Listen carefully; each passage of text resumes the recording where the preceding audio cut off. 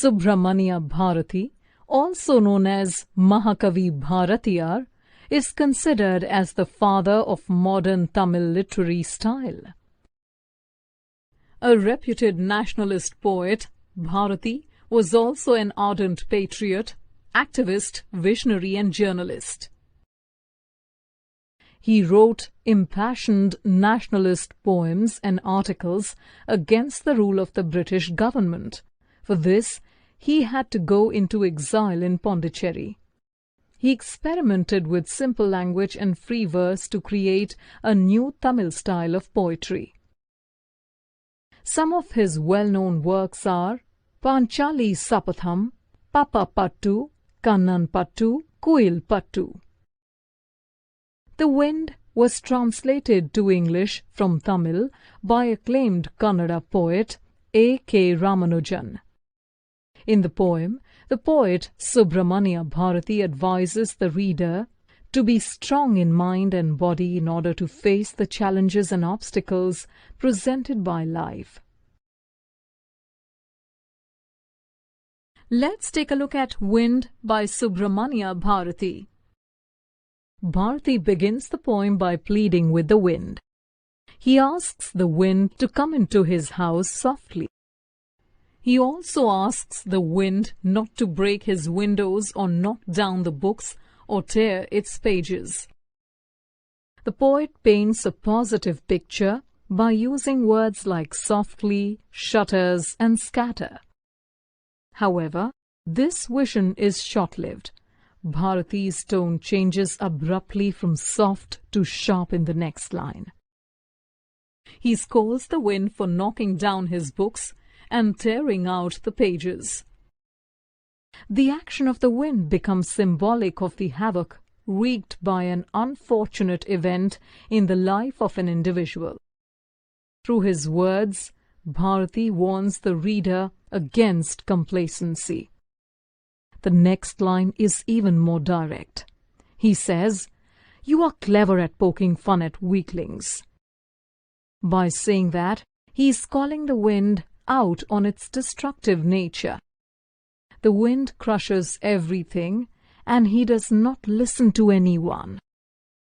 Bharati reaches the height of his anger at the wind with these words. Bharati now changes the tone of the poem. The next few lines are affirmative.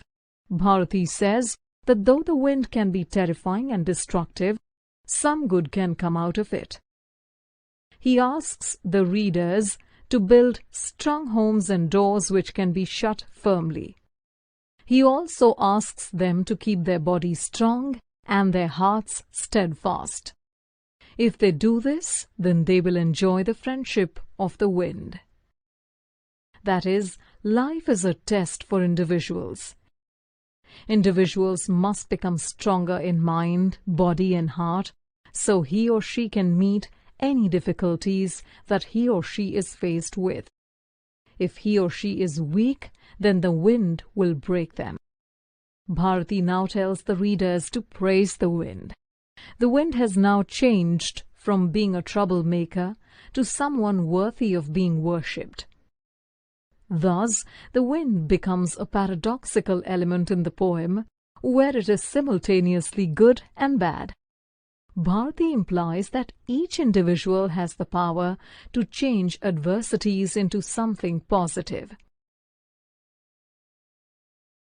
Let's take a look at the literary elements of the poem. In the poem Wind, alliteration plays a central role in conveying the tone and message of the poem. For example, the phrase "Wind god winnows" is symbolic of the power of the wind that Bharati talks about throughout the poem. The W sound is repeated in this phrase. Bharati begins the poem with a plea to the wind, which then turns into anger and finally into admiration. In the first stanza, the poet pleads with the wind to not break anything around the house.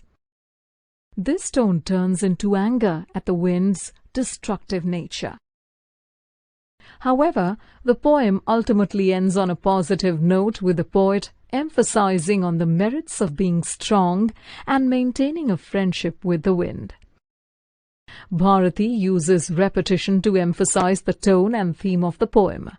The repetition of the words "don't" and "crumbling" lends to the idea of a war between the poet and the wind. It also highlights the destructive power of the wind and the impact it has on one's life.